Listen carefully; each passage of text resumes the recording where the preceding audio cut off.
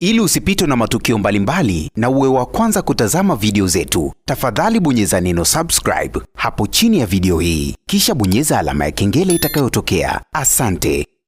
Zari the Boss Lady siku ya leo alikuwa na interview kubwa huko South Africa katika moja ya media kubwa, akiwa anaelezea kuhusiana na biashara zake, na tunafahamu wazi Zari the Boss Lady ni mwanadada ambaye ni mjasiriamali, ni mfanyabiashara, anafanya vitu vingi sana. Sasa kuna moja ya swali ambalo aliweza kuingiziwa au aliweza kuulizwa Zari the Boss Lady kuhusiana na sakata ambalo linaendelea huko mitandaoni kuhusiana na Diamond Platnumz kutamani kumchukua mtoto wa Hamisa Mobeto. Sasa ukiangalia Zari ni mtu ambaye anamfahamu sana mzazi mwenzake Diamond Platnumz, na kuna vingi sana anavifahamu kuhusiana na Diamond, lakini pia ukiangalia sio kawaida tu Diamond akurupuke huko na kuanza kumwambia Hamisa aweze kumpatia mtoto amlee. Ni jambo la kushangaza sana na kila mtu anashangaa, wengi wakiwa wanajiuliza hivi ni kwa nini Diamond Platnumz hajataka au hajaanza kumsumbua Zari the Boss Lady kwamba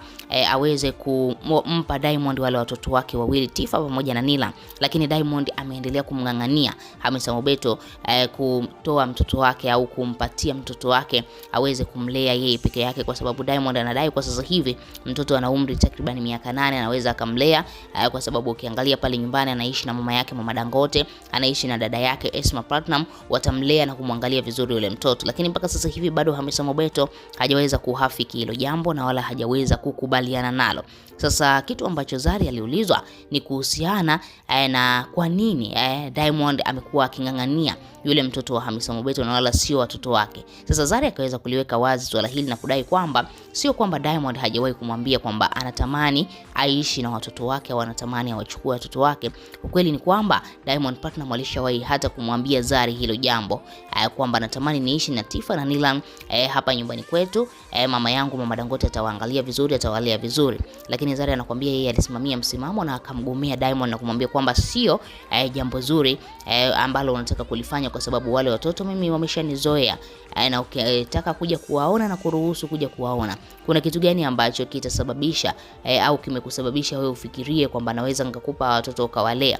Na ukiangalia mara nyingi sana malezi ya watoto mara nyingi sana wazazi wa kike au mzazi wa kike ndiye anapewa jukumu hilo, lakini pia inaaminika kwamba mzazi wa kike ndiye ambaye anaweza kumlea mtoto wake vizuri. Sasa Zari the Boss Lady akaweza kumpatia tu ushauri wa bure mwanadada Hamisa Mobeto na kumweleza kwamba kuna mambo mengi sana ambayo ayafahamu kuhusiana na Diamond, na huenda pia akaja akayafahamu hapo mbeleni, lakini alimuonya tu usije ukakubali Diamond Platnumz akaweza kumchukua mtoto wako, kwa sababu kuna mambo mengi sana hauyafahamu.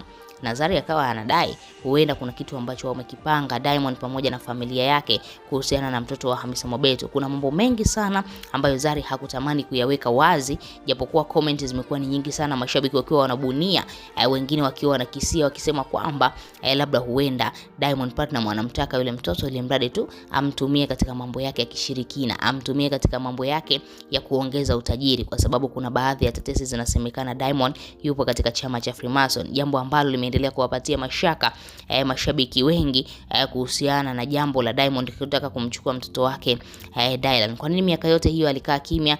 Kuna kipindi akasema sio mtoto wake, lakini baadaye akarudi na kusema kwamba ni mtoto wake na kuanza kungangania kuishi naye. Kuna kitu gani ambacho kilibadilika hapo? Ni kwa nini Diamond Platnumz anafanya kitu kama hicho? Wewe kama shabiki una lipi la kuzungumza? Tuachie maoni yako, lakini pia nikukumbusha ambaye bado hujasubscribe, bonyeza maandishi mekundu yanayoandikwa neno subscribe chini ya video hii, na utakuwa umejihakikishia kupata kila habari ambayo na trendi ndani na nje ya nchi ya Tanzania. Niseme tu bye bye mpaka wakati mwingine, ama chao.